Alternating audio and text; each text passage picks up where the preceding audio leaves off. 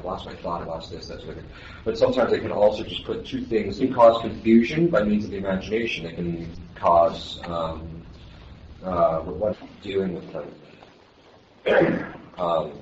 So the broad ways of discerning them and that type of thing. The spiritual warfare is so intense, it is a blessing from God on a certain level that we don't really see it all. And that's one of the things exorcists will very often talk about, is the fact that you come up against certain things which you realize just how intense the whole process actually is. Saints talk of seeing the demonic and their activity being so thick in the world that it would constitute a black cloud which is everywhere. The demons cannot act directly upon the soul or upon the higher faculties of the soul, that is the intellect and will, the possible intellect, it's the immaterial side of our intellect. But the angels can act upon our bodies. And when Adam and Eve ate the apple, that was a bodily action that resulted in our bodies being subjugated to Satan. Angels can act upon the body, St. Thomas says, by causing local motion. So in other words, they actually move the body in a particular way. And they move the different faculties in us in different ways. There's one of the ways that they move is through our memory. So they can move our memory, because it's it's good body order. How we know that? You smack a guy over the head and he forgets what he is, right? So, but angels can act upon the memory. Now that's an important point to remember, because that means that every time you commit some sin, it gets stored in your memory, and it means it becomes material for them to tempt you later with. This is one of the reasons why you just, stay away from anything that violates the Sixth Commandment. Stay away from anything that's going to, that could possibly lead you to sin in the future. They can then act upon your imagination, and that's where they principally operate, is in your imagination. But St. Thomas is very clear in saying that they can't create things in your imagination that you haven't already seen or heard or something of that sort. They can take parts of it, they can chop them up into bits and pieces, so like we can. Like you can take a mountain, imagine gold, you can take the gold in the mountain, imagine a gold mountain. Okay, well they can kind of do that with us, but you have to have at least the gold of the mountain. They can't create the image of the mountain in your imagination without you having at least had it before. He gives the example of the demons can't make a blind man imagine color, for example, unless he's already seen color in the past. They also act on what's this is the common sense power. That's the power that unifies all our sense experiences, and there's an actual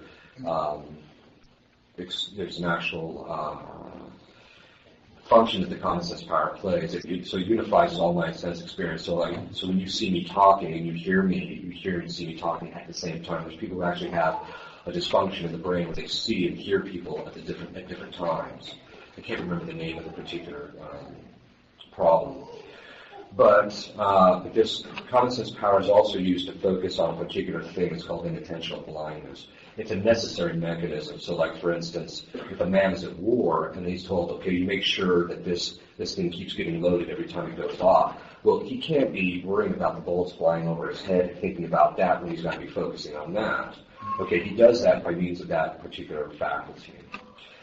Then the next one is they can also move the locomotive, the locomotive faculty, which is the one by which we move ourselves. They can move our faculty of speech, the nutritive faculty, what we eat, that type of thing. They can affect that. The other power that they can affect, which is something that's quite important, is called the cogitative power, and that's the power that has the capacity to make associations. So what demons can actually do is they can put an image in your imagination and then move the cogitative power to look at it from a particular point of view. Now, why? And so that we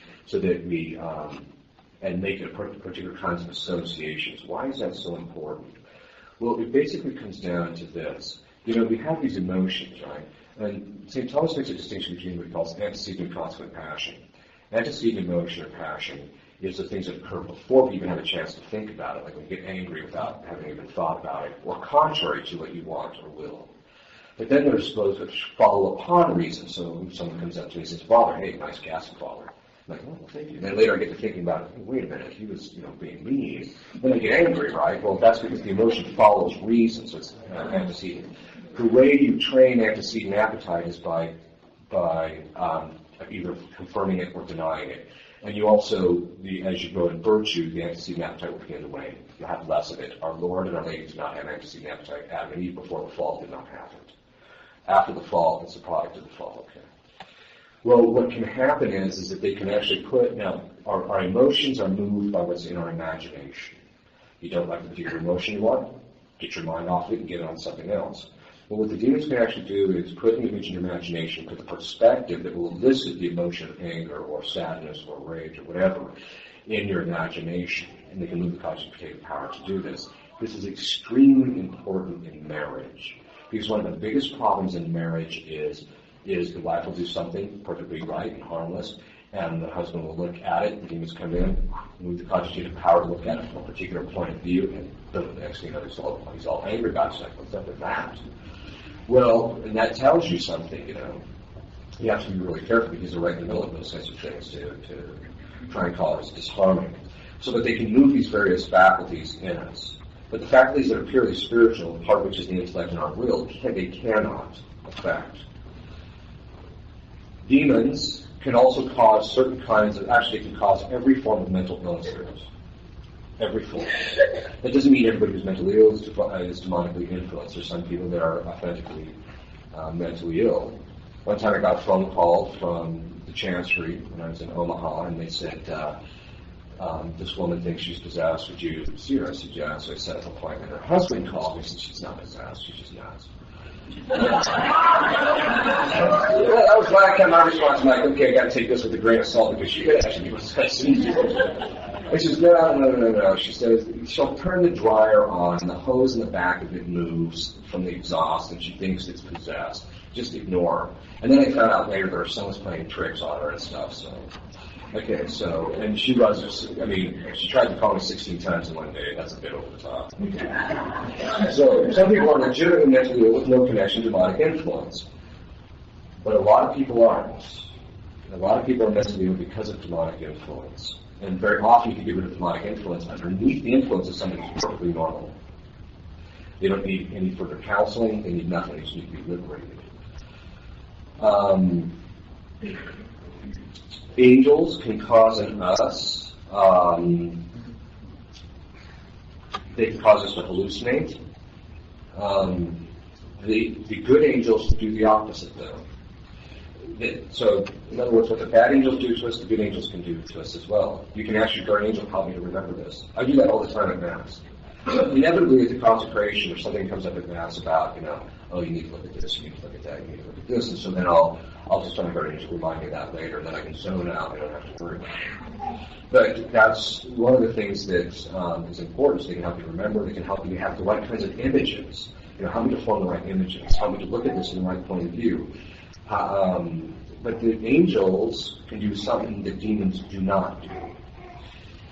Angels can actually act upon this immaterial part of our intellect and illumine us, make us more intelligent, and they give us, so they can introduce an image into our imagination, then strengthen our intellect to be able to look at that image and see in it something that we may not have seen before, or to understand it to a greater degree.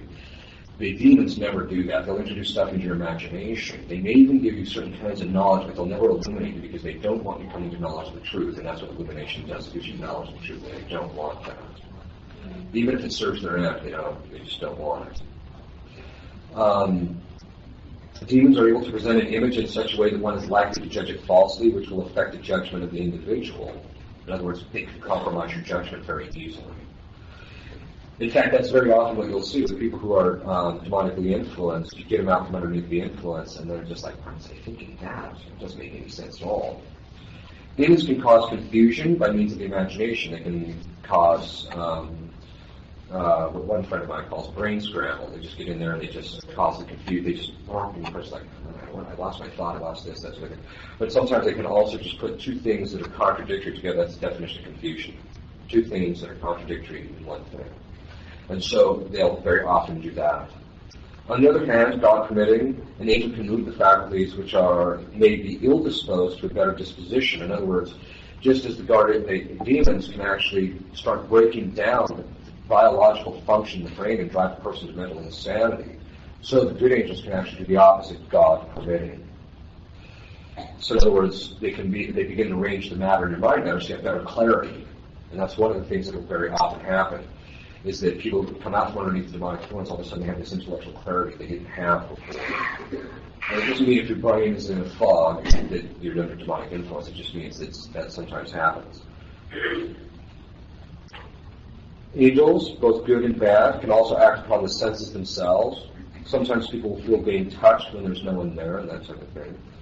The angels, both good and bad, God permitting, can also offer the senses a sensible object formed from without, which occurs either by nature or by the action of the angel himself. So in other words, they can make, like some particular thing form in front of them. They can move matter together and it makes it look like my husband, not mine, but someone else obviously. That's because I've heard women actually have that experience. The angels and demons can also move the nutritive power. They can make someone feel hungry. They can cause indigestion and things of this sort. They can cause a person's stomach to churn. They can transport things inside of an individual. And so during certain possession cases, just this volume coming out of the individual exceeds his weight. You're like, how did that happen? And it's usually not very appealing substances, apparently. Angels cannot cause us to sin. They can't act on our will and make us sin. The devil made me just, he can affect your, he can actually affect your, he can affect your imagination, and then from that you fall into sin and temptation. But that's not the extent of it as far as their ability to make you commit any sin. There are two kinds of diabolic activity, ordinary and extraordinary. Ordinary diabolic activity consists essentially in two forms of activity by demons, namely temptations and snares. Father Laporte observes that external objects, and above all persons under his influence, the demon makes use of these as instruments to bring together a concurrence of circumstances which suddenly seize upon the unwary Christian and cast him into the abyss. An obstinate hunter, Satan knows how to foresee and await. So in other words, let me give you an example of this type of thing. When I was writing my book on psychology, when I actually came to the chapter on demonic, which took us a significant amount of time to actually research, I had everything ready to go, computer's on, and go to sit down, and the phone rings. And mind you, I was in a country where the phone might ring twice a week. For 20 minutes, it just kept ringing. So I finally said to them, I'm not answering the phone. Boom, it stopped.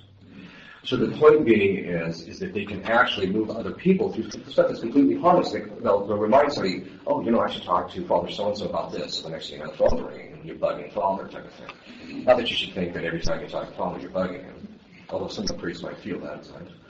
But the point is that you can do stuff that's appear completely harmless, and there's no sin on your fault, but they can do these kinds of things to get to other people. And that's something to kind of keep in mind in marriage, too.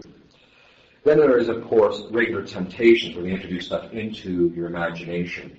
Now, when you are created, the angels can look at the material disposition of your matter, your genetic code, and they can tell a significant amount just by looking at your matter. They can tell what your disposition is, whether you're sanguine, choleric, that type of thing, whether you're going to be prone to anger, whether you're going to be prone to sins against the Sixth Commandment, whether you're going to be prone towards other kinds of sins, disobedience and things of that sort because you're unruly in your lower nature, because there's certain dispositions for that. And that's one of the reasons they can tell a significant amount. They can just look at our matter and get a read on it and say, this person has this particular vice and this virtue. Because why? The body adjusts itself to the operations of the soul. It means that when you perform actions, good actions, your body begins to adjust itself so it can perform that good action. When you do bad actions, your body begins to adjust itself so that it can accommodate that. Even though the body isn't designed for that, as it begins to accommodate, it starts breaking down. So sin basically breaks your body down. You actually see that in certain people that are really vicious people, for lack of a better word. You can actually see it on their countenance. You're just like, man, these guys have a rough life, morally. All right. So, whereas you go to a convent, you find some nun who's extremely sanctified and mortified herself, and she doesn't even have to open her eyes, and there's just kind of this glow, this countenance that you see. And so that is a sign of the body adjusts itself to the operations of the soul. The demons look at that and they can see. Now that gets to the point about whether they can read your mind or not. There are certain aspects of what they can't see. God can block them from actually looking at it. But we know through modern science that there's certain physiological reactions when people perform certain kinds of actions. When you lie, your eyes, around your eyes, it heats up a bit. So demons can actually see that and he's lying. So there's certain times they can know what you're thinking. Now there's another way they can know what you're thinking, is if they're causing it. They can introduce something into your imagination and kind of hold it there. And they can tell whether it's getting pulled one way or another by whether you confirm it or deny it. And so that's another way they can actually know. So they can introduce something into your imagination and then tell you. That's actually happened to me. This one woman was possessed. This is just by way of example. It happens numerous times. For me, all the weird, esoteric, strange stuff you see in movies, which is actually mild, it's not the real stuff. The stuff that's most jarring to me is when they can introduce something into your imagination and tell you. So there was this one woman who was possessed, and during the exorcism, they introduced into my imagination, which they'll do very often, they'll do it very subtly. This one's just not, she's not possessed, right? And as soon as they did that, out of her mouth came, you think I'm nuts, don't you? So they'll do that kind of thing. That's one of the signs that they can actually do that kind of thing. Okay. So not every time that they move our faculties, it's necessarily trying to tempt you to sin. It can be to bother other people and things of that sort. Not every temptation is from the devil either. All temptations come from the world of the flesh of the devil. So not everything is demonic. I tell everybody, Satan's not under every rock. He's under every other rock, but he's not under every rock. And even if you look down to a rock and you put it back down and go back later, and there he is, even when he wasn't there before. I mean, so the point being, he's not always. And that's something that moderation really has to be maintained in dealing with these things to make sure that you understand where the cause of something is coming from. Because sometimes people will try to blame it on demons when no, it's just because of your past sinful history. Okay, so that's the ordinary diabolic activity. Then there's what's called extraordinary diabolic activity. That goes above and beyond what is normal diabolic influence, which all men must endure. Everybody has to deal. Everybody, save one person, was excluded from demonic temptation, Our Lady. She's the only one who's ever been excluded. That's one of the reasons why she was so mystifying to them. And it comes under the title of Mother Inviolate. Not only was she not violated in relationship to the Sixth Commandment, she was not violated even by temptation. But, even you'll hear exorcists, oh yeah, she was tempted, but that's just bad theology, and it's not from anything that they really know as exorcists. It's just bad theology. But even Christ allowed himself to be tempted, even though he wouldn't have had to if he didn't want to. But he did for specific reasons. So everybody has to deal with the ordinary diabolic activity, everybody. But not everybody has to deal with the extraordinary. And there's 6 kinds of extraordinary diabolic activity. The first is external pain. And basically this means the demons beat up on people. So, you hear about this with St. Paul of the Cross, the cure bars, St. Padre Pio, those particular individuals actually were beat up by demons. These forms of diabolic activity do not require an exorcist. There's basically nothing you can do. It really just requires the prayers on the side of the individual being beat up on. That's why God allows it, and that's the only thing that's going to stop it usually. Once in a while, though, if someone is possessed or there's some other kind of influence the priest can block the person from actually coming under that kind of diabolic attack. I don't know if any of you saw the Exorcism of Emily Rose. It's actually based on a true story. I have a friend of mine who actually knows the priest that did the exorcism. He failed to do one thing, and that kind of where she was, afflicted.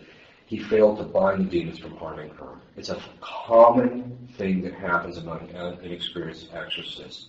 And even among experienced exorcists, the demons can suppress his memory so he can't remember to do a specific thing, and then in the process of the exorcism, things start going strange.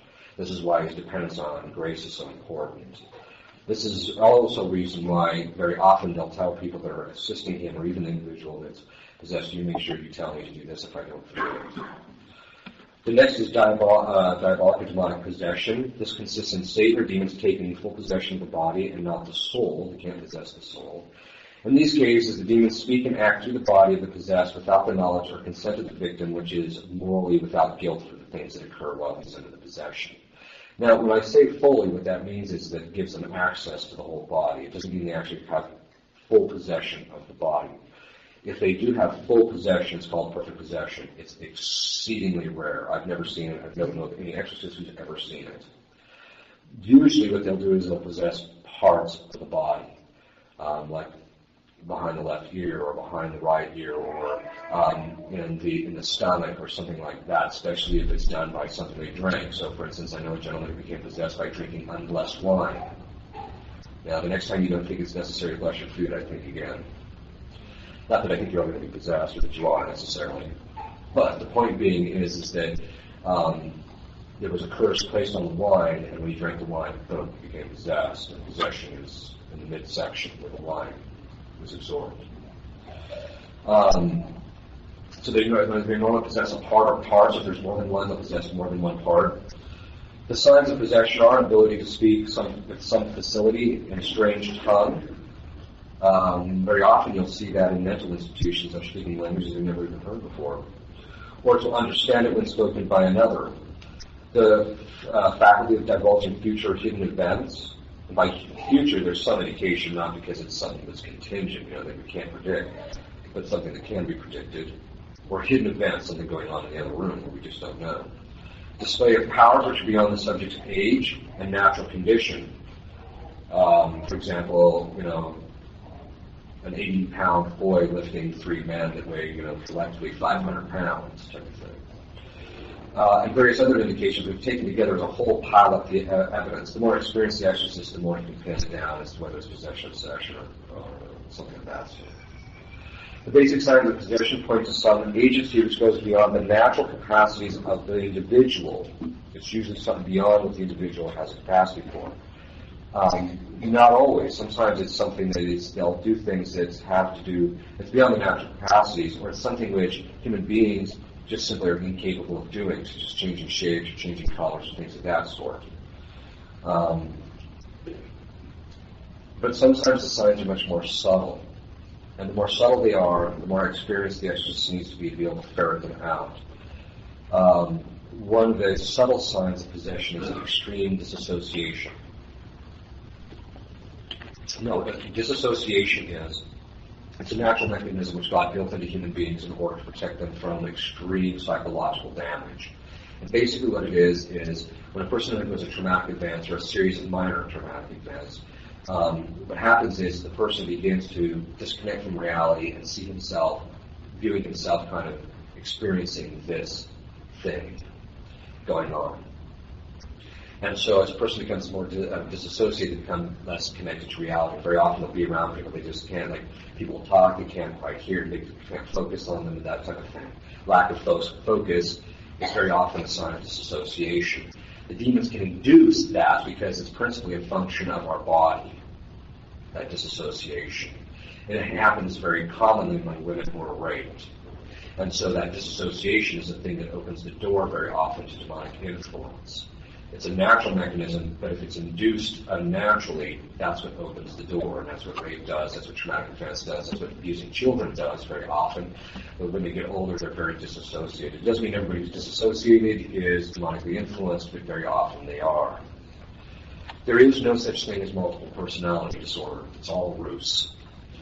And the reason being is because people can feign different personalities, but a personality is constituted by the collective habits, dispositions, and choices of an individual, which means there's only one personality. Now that doesn't mean that in certain instances a guy might kind of change how he behaves, but there's not more than one personality.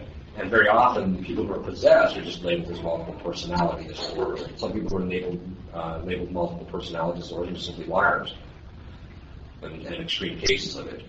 But there's actually none. And if you want to find out why that's the case more, you can read my book, which if you can get to the stage where you can understand that part of it, you're doing pretty good. There are multiple personalities in people through possession, obviously. Okay, so possession, that's what possession is. And possession as a variety is so multifaceted. It's so incredibly multifaceted. It doesn't matter how long you've been doing exorcism as a priest. I guarantee you'll always come across something that you've never seen before. And exorcists have actually created an association in order to be able to pool their knowledge and ask, have you seen this, have you seen this? In this case, what do you do? Because even guys who've been doing it for 17, even 40 years in length have to talk to other guys to find out if they've ever seen this. Okay. The next is diabolic obsession. The symptoms include sudden attacks, at times ongoing, of obsessive thoughts. In other words, the person just can't get something out of their mind. Sometimes it's even irrationally absurd, but of such a nature that the victim is unable to free himself. In other words, he can't think outside that box. When it happens to him, he just can't think differently. Therefore, the obsessed person lives in a perpetual state of prostration, desperation, and attempts, sometimes even at suicide. Almost always obsession influences dreams. There's certain questions as an exorcist you can ask about people's dreaming patterns, and that can very often tell you whether they're obsessed. Some people will say that this is evidence of mental illness requiring the service of a psychiatrist or a psychologist. The same could be said of all forms of demonic phenomena. That's what they often say. Some symptoms, however, are so inconsistent with known illnesses that they point with certainty to evil origins. Only an expert or well-trained eye can sometimes identify the crucial differences. Certain forms of modern psychology, however, are inherently inadequate in relationship to these certain kinds of causes. For example, well, let me give you an example. There has not been a single solitary individual who has come to me that's been diagnosed as bipolar that's on meds that I haven't been able to get completely off their meds and straightened out in 3 months if they do certain things. Not one. And that is something that tells me. Now, there has been people that haven't gotten straightened out with us because they didn't do what I told them to do. But and what that's a sign of is in fact, that bipolar is actually a form of obsession, demonic obsession, by the time it gets to the point where it's diagnosable. And basically it's because a person's leading contradiction. There's some kind of contradiction in a person's life. It's going like this. The contradiction just keeps driving their psychology to more extremes. And eventually becomes a point where the demons insert themselves in the process and it becomes really extreme. It's called manic and depressive stages. And the person has no control over it. Well, usually that can be broken fairly quickly. Usually they're off their meds in 3 weeks. They're usually normal, straightened out, feel normal after about 2 to 3 months. What does this mean? Every form of mental illness can be caused by demons. Not everyone is. And sometimes you can't, be able to distinguish them is extremely hard. But there are certain patterns that you see as an exorcist that tell you whether something is in fact psychological or demonic. The psychological, if it's truly psychological, it will either be physiologically based or it will be triggered by certain objects or events. If it's demonic, it will have no correspondence to anything whatsoever. So the person all of a sudden will just wake up one morning, they're fine, all of a sudden, boom, they're just like, oh, I'm all depressed. They have this feeling of heaviness. They can't, and sometimes too, one of the things that's been unfortunate, and this is one of the signs that bishops really don't know what they're doing. They'll say, well, I'm not going to give faculties for exorcism until the person's investigated by a physical doctor, he's investigated by a psychiatrist and psychologist, and then they go down and look at 40, 50 people before the guy even gets to the point where well, maybe it is diabolic. A good exorcist can usually decide someone pretty quickly and determine, no, this is just, there's a blessing he can give. Usually after giving that blessing, within 2 to 3 days, he can make the diagnosis, if he's good at it. If the person's obsessed demonically, after he receives this blessing, he'll feel a sense of freedom, usually shortly after the blessing or even during it, a sense of freedom from symptoms for about 2 to 3 days, and then it comes back. That's the pattern. That's one of the clear signs it's diabolic. When you exercise them or give them a blessing, this is the pattern. When you're getting them cleaned up, the pattern starts, it's still doing this. And then what will happen is that you'll give them the blessing and then it kind of pans out for about 2 to 3 days and then it starts doing this again. And then you do it again and then it starts slowly getting better. And as time goes on, it gets to the point where it starts panning out if it looks fine. But then there's usually 2 dips, usually 2, 1 to 3, where you'll be going along finals and whoo, all of a sudden the symptoms get really bad again. You get the blessing and they're back up. And then usually after about 2 to 3 months, they're in the clear. They just have to make sure they do certain things, stay away from certain things, and they won't have any more problems. That's one of the signs that you know it's diabolic. Because if it's physiologically based, the blessing won't do anything. And that's one of the things that, in fact, quite frankly, it's more economical just to send a guy to an exorcist. And I'm not saying every person who has mental problems should immediately go to an exorcist. That's not what I'm saying. because you actually just don't have time for that kind of thing. But at the same time, there's clear indications. And one of the signs that psychiatry very often is inadequate or not enough is the fact that they go to counselor for years, and they don't get any better. In fact, usually they get worse. And one of the signs, too, and this is one of the real dangers to going to a psychiatrist who gives you meds. Okay, it might stabilize you, but then what happens is because the demons are driving it, it's very slow spiral down. Person seems like they're functioning okay, but if you watch them closely over the course of time, they're slowly spiraling down because the meds only block it to a certain degree. It can only mask certain symptoms. It's not going to take away the cause because the cause isn't physiologically based.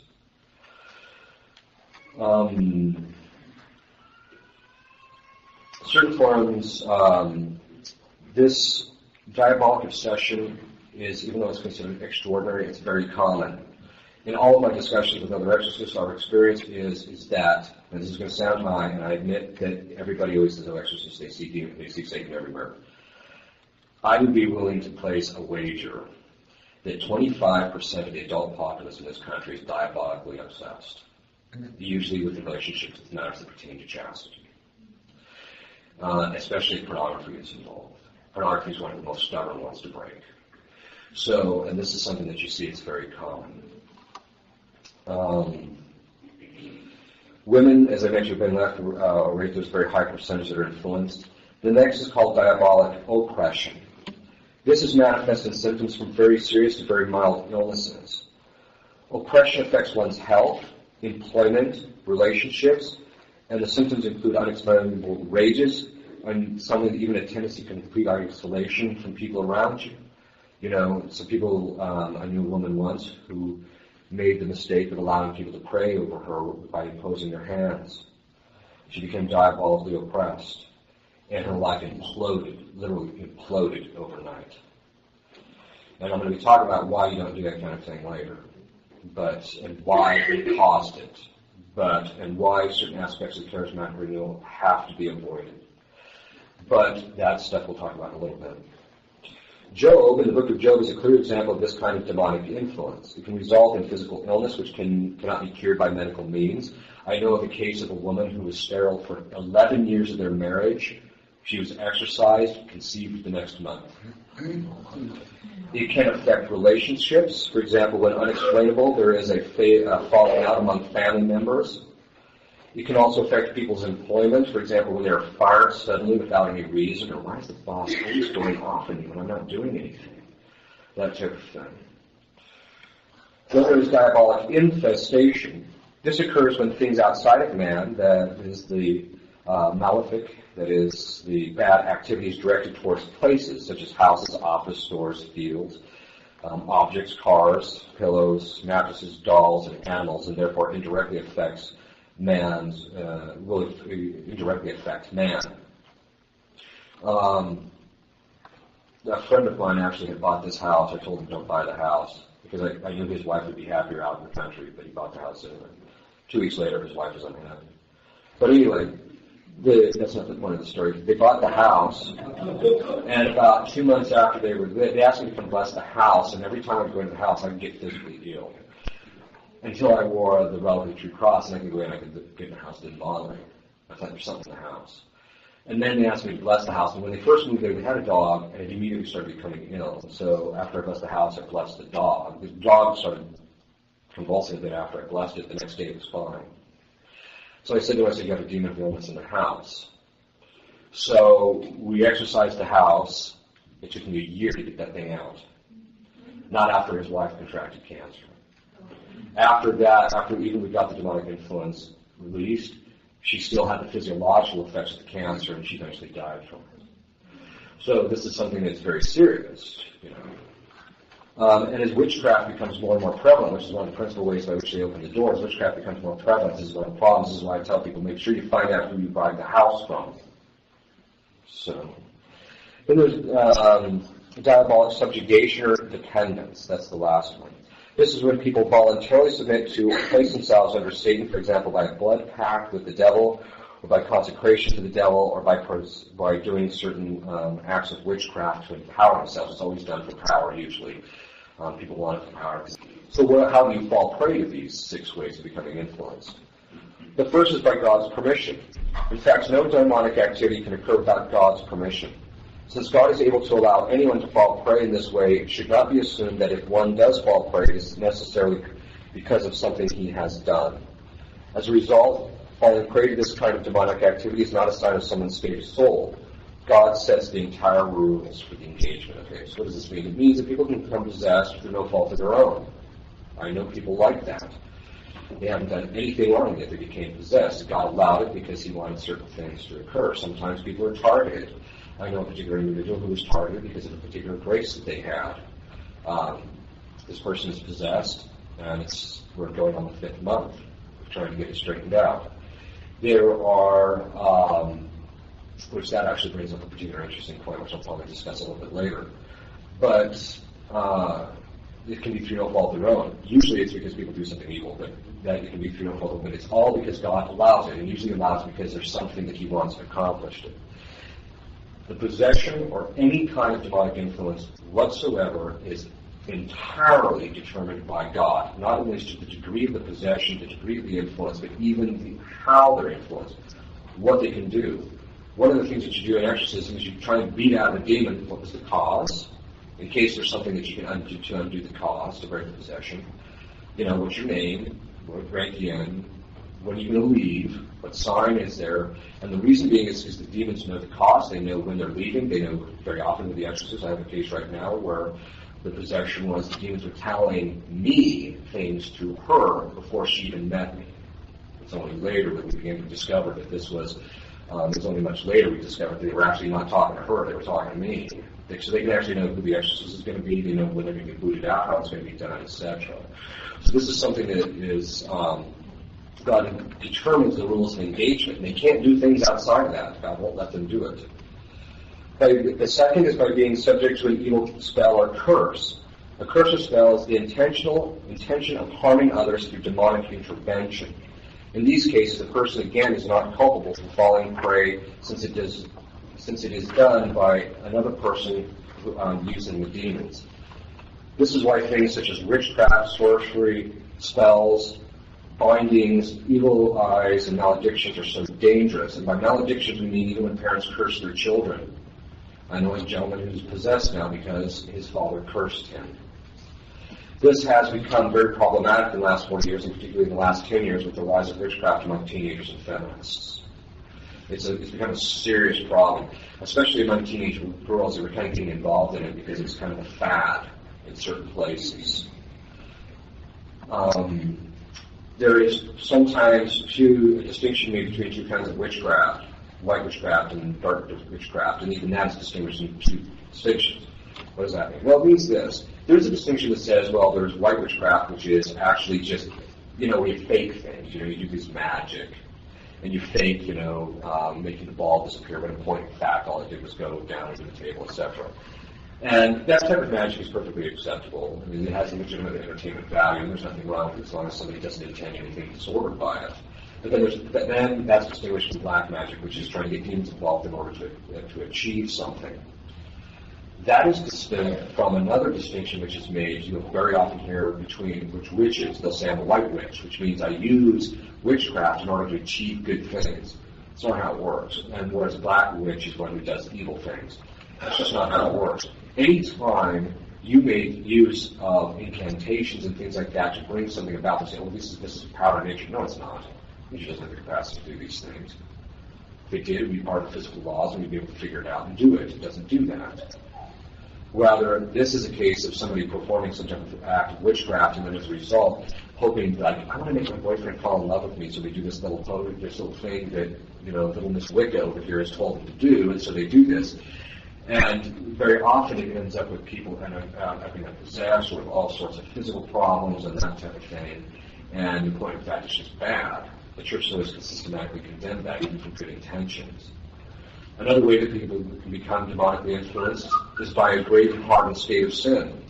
For example, sexual perversions, violence, drug use, abortion. Abortion is a very common one. Women who've had abortions very often are obsessed. And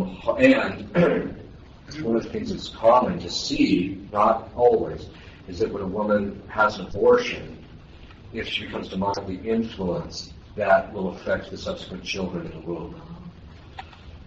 This is one of the reasons why I just literally will scream at a priest if he tells me that you don't have to do the exorcisms of children. He needs to be slapped, taken out, and beaten silly. Because I've seen child after child after child brought to me because of the fact that the priests skipped the exorcisms in the baptisms. And two children become possessed in the womb by witchcraft and other things. It can also be caused by things such as homosexuality. Homosexuality is actually rooted in a disassociation. It's a part of the text that I'm writing right now. But it's rooted in a disassociation. And very often it can't be broken unless there's certain things done. Living in irregular marriages, committing violent actions, superstitious practices, indirect invocations of the demonic, and hypnotism. These are just to name a few. With the increase in abortions and the collapse of married life, many souls are being afflicted. Other cases which authors mention are balls, now called discotheques. That was in the 70s. But certain kinds of dancing and that type of thing can bring people under that influence. And not all balls. I mean, by balls we mean, like there can be legitimate where they do certain forms of ballroom dancing, which can be graceful and actually teach modesty, etc. There's nothing wrong with that. But here they're talking about dancing that's disordered. Modern forms of music, very common. Very, very common. Jordan Allman remarks in a quote already given that a person may come under the power of the devil by reason of a habitual practice of evil, or, and here's the big one, an uncontrolled desire to experience extraordinary mystical phenomenon or to receive charismatic graces. Now that is extremely important.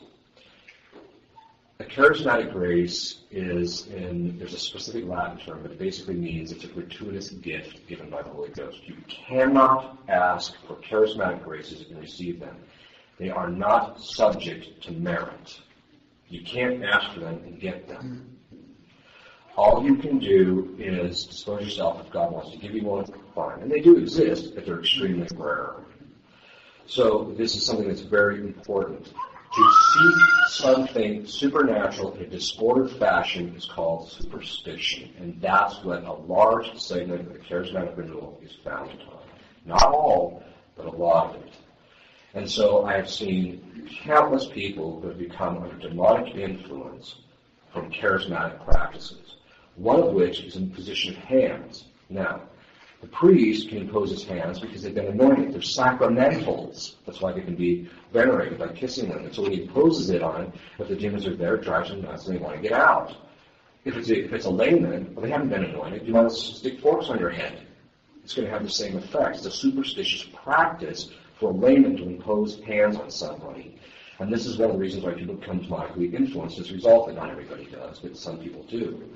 I've known people who become oppressed, obsessed, the whole bit as a result of it. In these cases, the beginning part of the remedy is clear. So when people have, when they have a grave hardened life of sin, it's clear. One has to have a conversion in life and go to confession regularly. In fact, confession is one of the most powerful things, even from the person who's possessed through no fault of their own. If they go to confession regularly, that really has a weakening effect on the demons. All sexually perverted activity, homosexuality, violence, drug use, abortion, violent actions, and superstitious practice, and direct invocations of demons have to cease, period. And by superstitious practice, I mean intentional or unintentional. It has to stop. Why is that important? Harry Potter. The books of Harry Potter were written with actual spells in them. There was a woman, in fact, in Spain, and you might have seen it on the internet, there was a woman in Spain who decided she was going to try and see if this spell by fire would actually work. So she did this. She said the spell in front of her house to her. The other thing is, too, and this is something that an exorcist told me, which I didn't discover on my own, this is something he discovered, that the actual names, not all of them, but the actual names in Harry Potter are names of demons that have been exorcised from people. Keep it away from your children, period. I know an exorcist who has exorcised 3 children who became possessed as a result of just reading it. Stay away from it. Now, you'll hear from time to time priests even some exorcism. There's nothing wrong with it. Don't listen to them. I'm telling you that from experience from other experienced exorcists.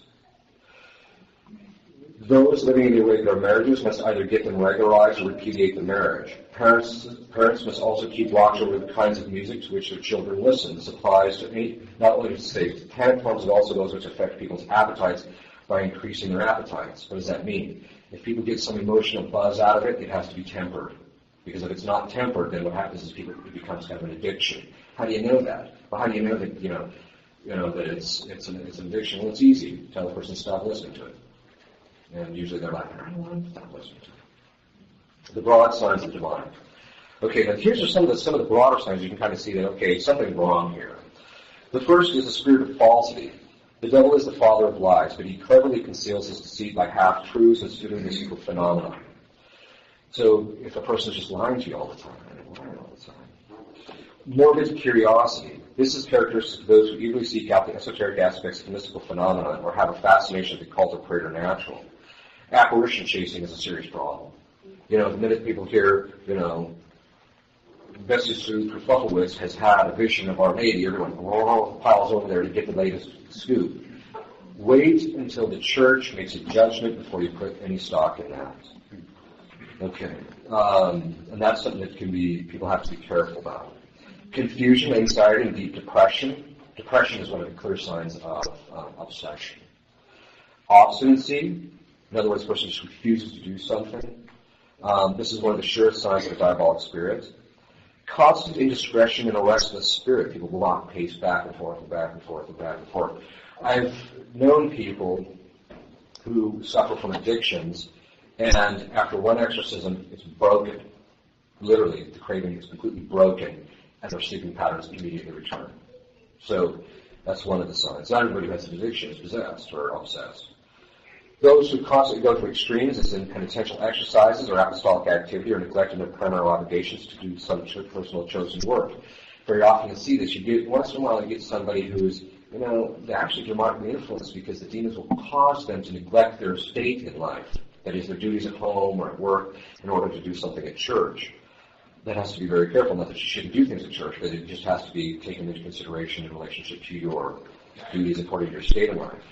Despair, lack of confidence, and discouragement, a chronic characteristic that alternates with presumption, vain security, and unfounded optimism.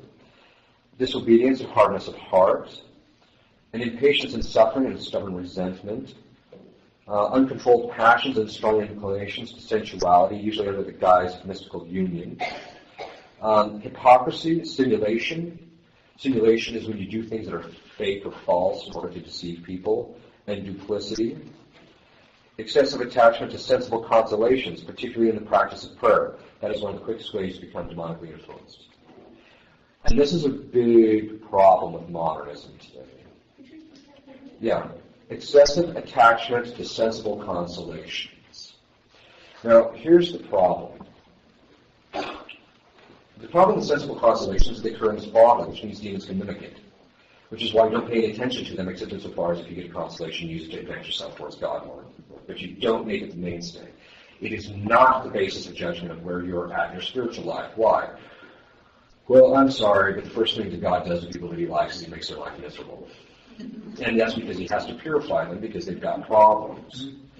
And the purification process is painful, not because of God, as Jonathan Cross says, but because of something on our part. That usually means that there comes a certain, God, we're not animals in a certain sense. Well, we're rational animals, but we're, kind of like animals. If you want the dog to do the trick, you give him the bone. You roll him over, you give him the bone. You roll him over, you give him the bone. And then eventually you show the bone, then he rolls over, right? Mm-hmm. And then eventually you just don't even show the bone, you tell him roll over, and he rolls over. That's what God has to do with us. So what does he do? Sensible consolations with the bone. He throws us these bones to get us to do this. It's a consolation, a lot of spiritual consolation is usually a sign you're in the beginning stage of your spiritual life. It's not a sign that you've advanced. And then what happens is there comes a certain point where it gets stricter. Then one time a seminarian came to me and he says, before I came here, I used to love going to the chapel. I loved getting up and making vigils and things like that. As soon as I got to the seminary, I can't hardly get out of bed. I can't stand it. I'm like, dude, God is stripping you of it because he has to purify your will. He wants you to do these things because you love him, not because you're getting the sensible cookie out of it. Now, because demons can act upon that, if people are making the sensible consolations the mainstay of their judgment of their spiritual life, they can get drugged all over the map and drugged into all sorts of the wrong areas because it feels good. This is the biggest problem with modernism. The foundational principle of modernism is judgment of spiritual things based upon self. How I feel about it, how I look about it, how I judge about it, how I. The minute that happens, It's going to destroy people's spiritual lives because they will not be doing mortification, penance, and things of that sort. It also destroys charity because charity doesn't always come with warm fuzzies. Very often charity is something born in pain. So this is one of the reasons why people have to be really careful about that.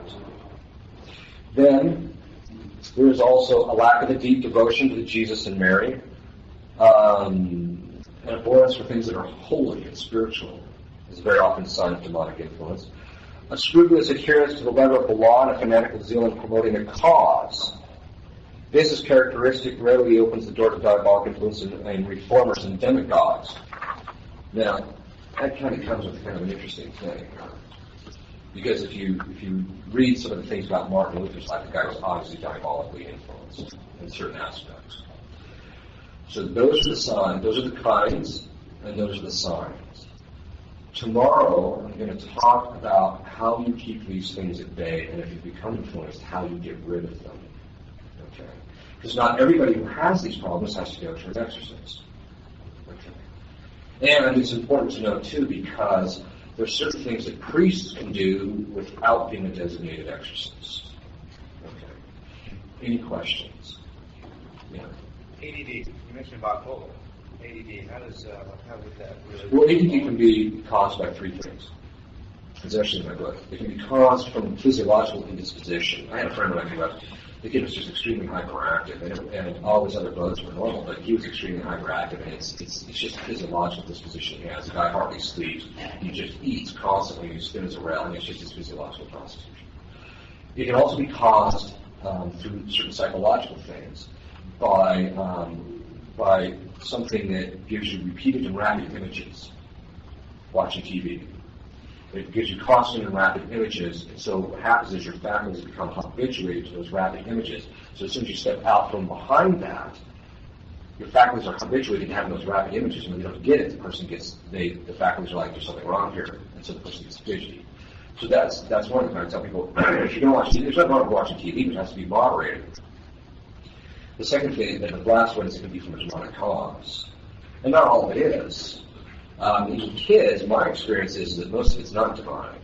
Even though they'll bring the kid and they say, would you exercise this kid? And I'm like, well, that's not really the problem. It's usually too much TV, too much time in front of the computer, too many video games, that sort of thing. Not because these things are evil, but simply because they're unmoderated and people aren't being careful with them. Yeah. You repeat the question. On the audio, I'm sorry? Are you going to put any of your books into an audio format someday? A lot of it actually is on my website. So you can actually go to my website. Well, it's a Latin word, it's Latin phrase, censustrations.org. If you can get that, you're pretty good. I don't know how to spell that. Yeah, well, what I'll do is I'll make sure that a card or something is put in the back with that. And so much of the stuff that's in my book is actually on there. Some of the things I'm dealing with in these conferences, I'm giving them in other places that are being recorded. And so they will be available on the internet eventually. Yes? Father, there seems to be an increase in autism in children and also Asperger's. Yeah. What about those? They can be, but I don't think most of those are. I think those are more physiological based. My own impression is that the autism, even though some states say it is, some states say it is, but I don't think they're going to benefit most of that's from vaccines. It's the mercury in the vaccines is the problem. And also, I teach in a Catholic middle school, and the kids are reading Harry Potter, and there's a new set of books out called Twilight. Yes. And I have told my kids when we've gone through confession that they need to confess that they've been reading Harry Potter. And they come back and told me when the priest said that that was okay for us to read it. Yeah. So what would you recommend for teachers and parents? How do you direct our kids away from that? Well, what I told people become possessed as a result of reading and being involved in it. The other thing is, too, is that if you read Father Ripperger, I think he has some, he's the head exorcist in Rome, he has some stuff on the internet talking about Harry Potter, where he tells people don't get involved in it and stay away from it.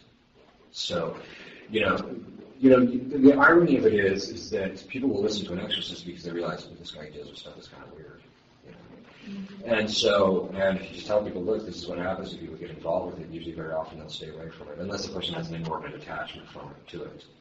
The book's Twilight, I usually tell people to try and avoid for different reasons, which I would be happy to discuss with you if you want to come up and talk to me privately. But it has more to do along the lines of, I don't really think people should be filling their kids' heads with romantic mush when they're not in a state in which they can really adequately deal with it. That's really the problem I see with it more than anything else. But again, I haven't read this stuff. Yes?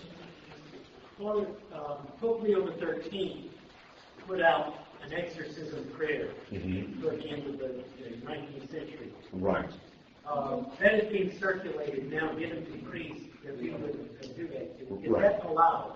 Yes, a priest can use that prayer without faculties. Yeah. Over a person? Yes. Over a person? Over a person. A priest can do that? Yes. He can, and this is something I've investigated so many different times only because I just wanted to make sure, that when Rome said the priest could not use that in canon law, when canon law says that they cannot exorcise a person without faculties, that pertains to what's called Chapter 2. That's the formal rite of exorcism, not a private exorcism, which can make use of that chapter, or that prayer, that St. Michael prayer is what it's sometimes called.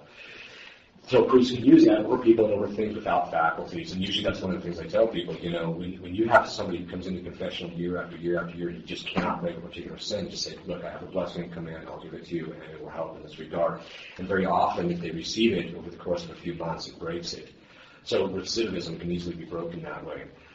Lay people cannot say that prayer. I know it's on the internet. They tell people to say it, but the Vatican is forbidding lay people to say that prayer, and with reasons of justification. By being a priest, there's certain protection just by virtue of being a priest. The church protects you, and the priest themselves has a certain level of protection. I've known people that have used that prayer who weren't priests, and they got just beat around spiritually. So I tell people to stay, there's other prayers you can say, the normal prayer to St. Michael, which is that little short one, but you can't say that long one, which was limited by Leo XIII. So, yeah.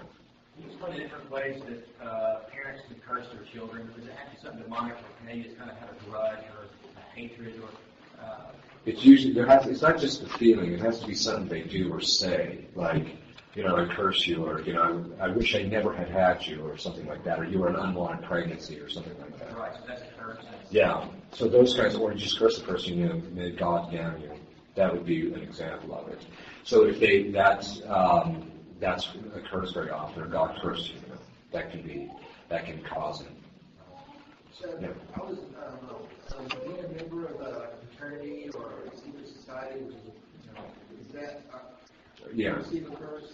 Yeah, whether the question is whether being a member of a secret society or something of that sort, a secret fraternity will be actually come under demonic influence. The answer is yes. There's a set of prayers which I have, which very often I pass to priests, which people will, that if they have been demonically influenced, and there's a few kinds of demons I need to talk about tomorrow called generation spirits.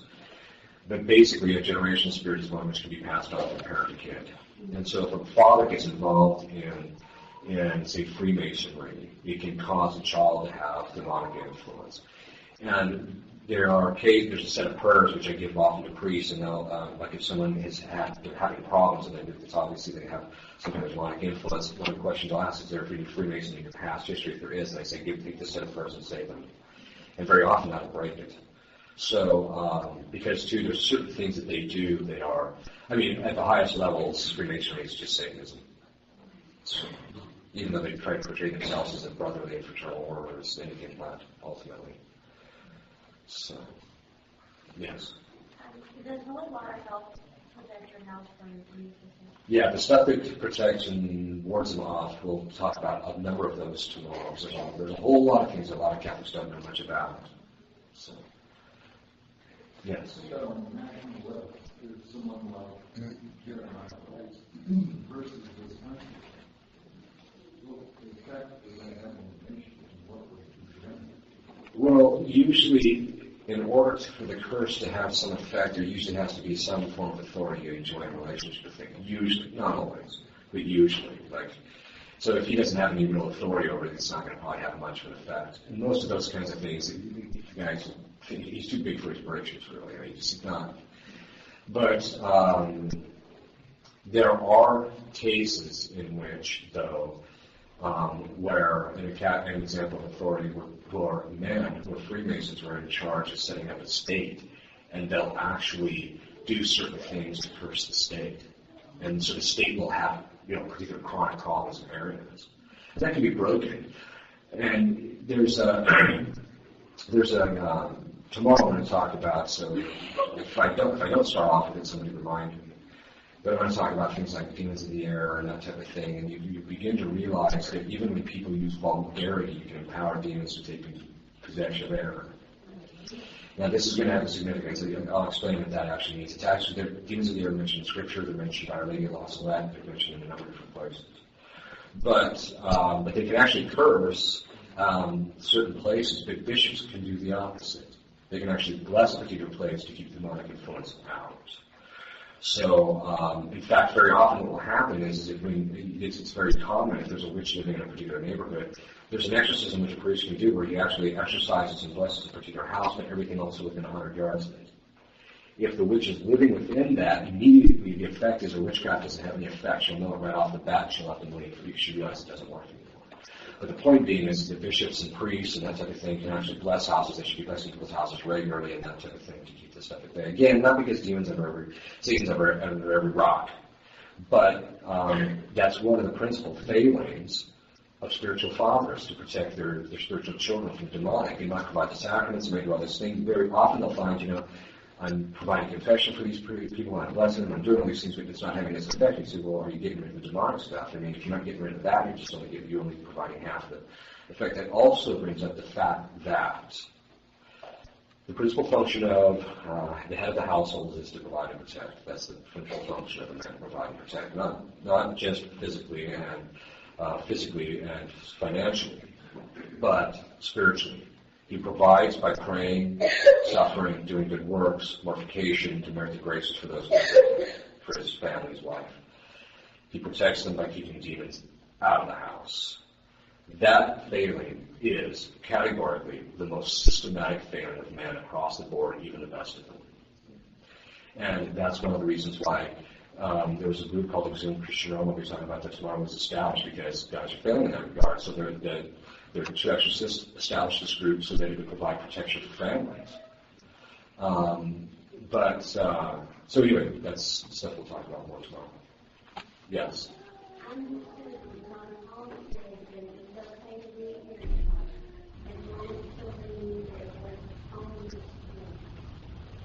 Yeah, again, you're back to, I don't know if he actually said that or not, it's just something I haven't been able to track down, but again, you're back to the issue of, well, are you going to take the practical experience of people who are dealing with the fallout, or are you going to take with somebody who's only kind of making an initial assessment of it? And that's really the problem. Most people look at, oh, it doesn't seem that bad, it's just a piece of fiction. The problem is it's a bit more than that. And that's the real difficulty. There was a group of exorcists that met, and one of the priests that was there, who doesn't really seem to know a whole lot, even though he seems to have a good name, a big name, said that, there was nothing with Harry Potter, and one of his priests that exorcised the 3 kids stood up and just said, that is just absolutely false, and he started tallying what happened as a result of this. And as soon as that guy sat down, all the priests clapped, and the other exorcists clapped, they said, yeah, that's been our experience with this thing too. So, yeah. You mentioned about the charismatic renewal, and you kind of hedged, which gave me the impression that there are aspects of the charismatic renewal that you have no problems with, and you know that both our Holy Father and also John Paul are very supportive of the renewal. Yeah. I am really where I'm coming from is I'd like to know what aspects you have the concerns about and why. The principal things I have concerns about is they're seeking charismatic graces, like speaking in tongues and that type of thing. Let me give you an example of speaking in tongues. There was a guy who he was one of these polyglots, he knew like 30-some languages, and somebody invited him to the charismatic meetings, to interpret what was going on. So he's sitting there, and they start the speaking in tongues, and he just gets up and walks out. And so somebody says, well, why did you leave? He says, well, this particular individual was saying this, he was praising Satan. This particular individual was actually gibberish. This particular, and he went down the litany, and basically what it meant is that certain people were doing things that were disordered.